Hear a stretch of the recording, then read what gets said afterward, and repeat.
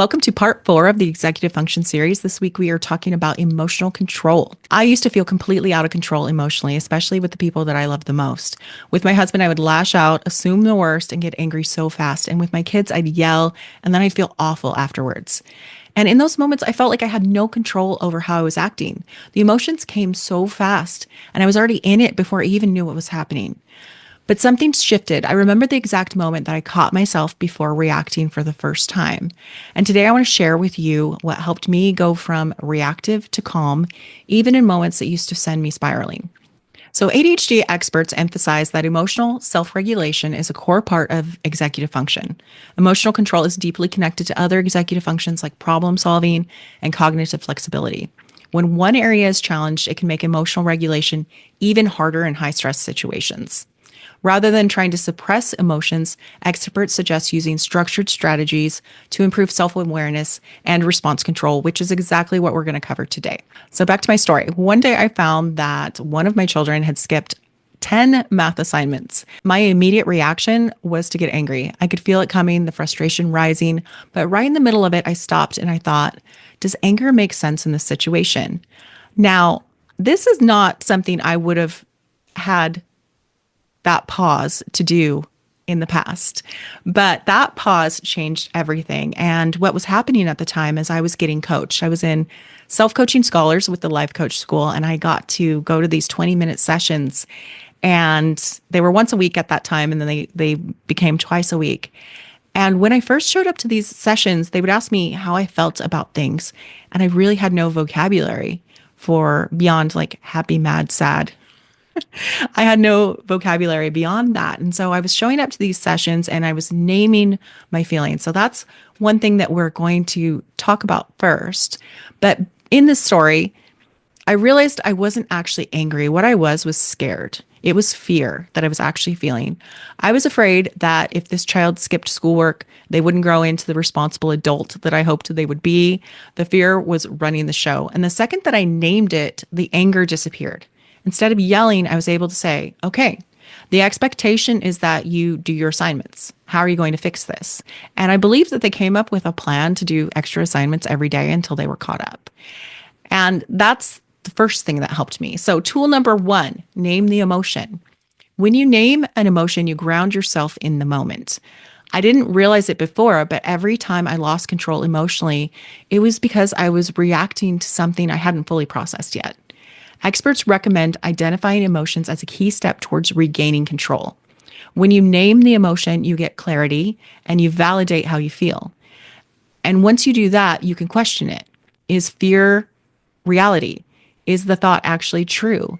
And from there, you can move forward in ways that make sense for the situation. And just back to this exact situation that we were talking about, what I discovered when I asked myself those questions was I have no way of knowing that because of 10 math assignments, this child's not going to grow up into a functioning adult. And then once I kind of said that, I thought, well, how ridiculous is that really? Skipping 10 math assignments is going to make them what, go to prison? It became kind of silly. And by not reacting the way I had in the past, that child was able to think more clearly and come up with a good plan. So tool number 2 is one I love. So sometimes emotions spiral so fast. One thought leads to another, and suddenly you're deep into a thought loop that feels impossible to escape. And I really think of this as like a downward spiral. When a jet is like going down that spiral that happens, sometimes that's how our thoughts feel that are causing like big emotions. Now, here's a tool that I use with myself and my clients, and it's so easy and so quick to do. Or I could be thinking, and it works like this. You're caught in a thought that's leading to big emotions, and you say to yourself, or I could be thinking, and you finish it with something just a little bit better. And then you do it again, and you do it again. And that thing that you finish it with has to also be true. Usually by the third time, the spiral breaks, and you step out of the emotion and into a different perspective. This is a simple in-the-moment tool that has helped me so much. So tool number 3, thought downloads. I have kind of a funny story about thought downloads. I was sitting on my bed and I was doing a thought download, and my husband was behind me and he was kind of looking over my shoulder looking at what I was writing. And at a certain point, he was like, that's what's going on inside your head. And I just said, hey, if you don't want to know what's going on in there, don't read my stuff. But with your thought downloads, you want to have no filter. And it's one of my favorite ways to process emotions before they take over. So here's how it works. You write down every single thought and feeling you're having. You don't edit, you don't filter. You be as petty, angry, or upset as you actually feel. It's all valid. This might even be not something about somebody else. It might be just about you and how you're feeling about your ability to do something. And then you look at what stands out to you. Pick a thought and get curious. Is this thought true? What else could be true? Is this thought actually helping me? And if you tend to dismiss your own negative feelings, hold space for both. And I call this the and. An example might be, I'm upset with my friend and I care for them very much. It doesn't have to be either or. Both can be true. I have I have several clients actually, and I do this myself when I get coached, where I am very logical, right? And when you're getting coached about things that aren't necessarily logical, and you're a very logical person, you can tend to know what the right answers are and not hold space for what you're actually feeling or what you're actually thinking. And so I like to kind of pull my clients back with the and. You're feeling both things. You're feeling that logical part that you know makes sense, but you're also feeling angry or upset or resentful about this certain thing. And so putting that and in there, there's something negative and there's something positive or neutral about it. So a big misconception with your emotions is that suppressing emotions equals control. It does not. It's like trying to hold a beach ball underwater. You can push it down for only so long before it bursts back up. And experts warn that suppressing emotions leads to increased impulsivity and emotional outbursts later. And I think we all know this to be true, right? You think you're being good by holding something in. Maybe somebody made you upset or said something rude, and you're just going to ignore it. You're just going to let it go. You're going to move on, right? You're pushing the beach ball under the water. And then, especially with like teenagers, then they say something else, and then they say something else, or maybe this is a partner or a friend or something like that. And you just kind of keep pushing it down, and you're not going to turn it into a big deal.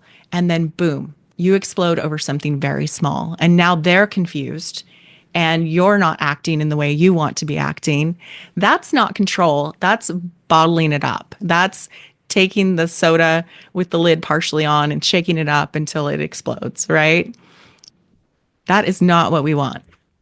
Instead, we can process emotions in real time so that they don't pile up. Something that I'm personally trying is tapping. This is something I tried a few years ago. I really enjoyed it. It really helps with anxiety, anger.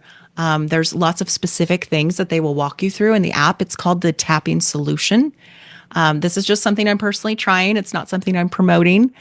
But for me, it makes me feel very grounded. And you are tapping on certain areas of your body. And for my ADHD brain, that's a really nice distraction from what's going on, keeps me grounded in the moment and paying attention. And they have guided sessions that they will take you through. And in the app, they also will track your minutes that you've tapped and your streaks. How long have you been tapping in a row? How many days in a row? And so this is something that's, I'm bringing back in and is new, but something I really enjoy for emotional regulation. It also helps with, I still do deal, it's a lot better, but I still will occasionally deal with sleep anxiety, and tapping is really great for that too. All right, that is what I have for you guys this week. I hope you are enjoying this executive function series, and try one strategy today. Which of these strategies feels doable for you right now? If you're on YouTube, let me know in the comments what you're going to try, or if you're familiar with tapping too. Like and subscribe and hit the bell for more ADHD-friendly strategies. If you're on the podcast, I'd love it if you'd rate and review on iTunes. Bring all the ADHD brains together, and let's build real emotional control, not by suppressing, but by understanding and responding differently. I'll see you guys next week. Thank you for your time today, and especially your attention. If you're anything like me, you love to learn. Sometimes, though, we can know what to do, but struggle to put it into action without the right support. That's what private ADHD coaching is for, to give you the unique support and accountability you need to make the change you know is possible. Book a free consultation with me today at www.learntothrivewithadhd.com/services. I look forward to meeting you.